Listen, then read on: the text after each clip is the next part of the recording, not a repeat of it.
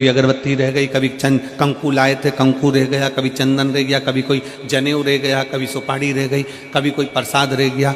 फिर याद आया मैं तो ये घर छोड़कर आ गई, मेरे घर पे रह गया, अब क्या करूं। शंकर जी की कथा कहती है कि शिव उपासना में अगर तुम्हारी थोड़ी सी कमी रह जाए, समझ लेना कि शंकर जी ने तुम्हारी उपासना को स्वीकार कर लिया। और यह केवल तुमसे ही मतलब नहीं है,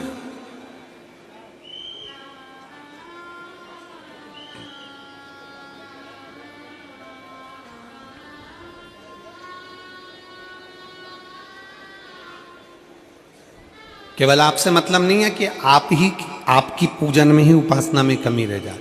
ये शंकर भगवान का वर है, ये शिव जी का वर है। किसको? भगवान नारायण को।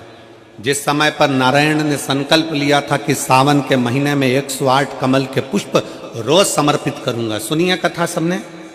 108 कमल के पुष्प भगवान नारायण ने संकल्प लिया कि मैं भगवान को रोज दूंगा। रोज 108 कमल के पुष्प मंगवाते देते। सावन का आखिरी दिन था,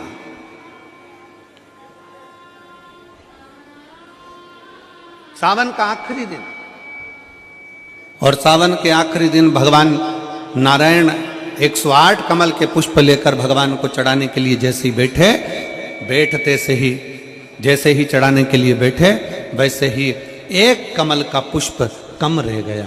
लक्ष्मी जी से कहा जाओ जल्दी से कमल का पुष्प लाओ। लक्ष्मी जी कमल का पुष्प ढूंढती रही, नहीं मिला। सब दूर देखा, सारी जगत में देखा, पर कमल का पुष्प लक्ष्मी जी को नहीं मिला। लक्ष्मी जी को कमल का पुष्प नहीं मिला। आखिरी में पूजन की थाली में कमल का एक पुष्प कम रह गया।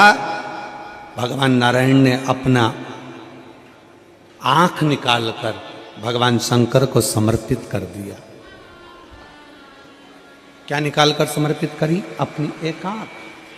और जब भगवान ने अपनी एक आंख निकालकर भगवान को समर्पित करी, उस दिन का नियम है आज तक अगर पूजन की थाली में कोई कमी रह जाती है, पूजन में कोई कमी रह जाती है, तो एक आंख मतलब आखा चावल। आखा चावल जानते हो आप लोग? जम के बोलो जरा। आखा मतलब पूरा। हम आंख तो भगवान को नहीं दे पा रहे इस संसार सागर में, कलिकाल में। एक आंख के बराबर आखा चावल, एक आखा चावल पूरी पूजन होने के बाद शंकर जी को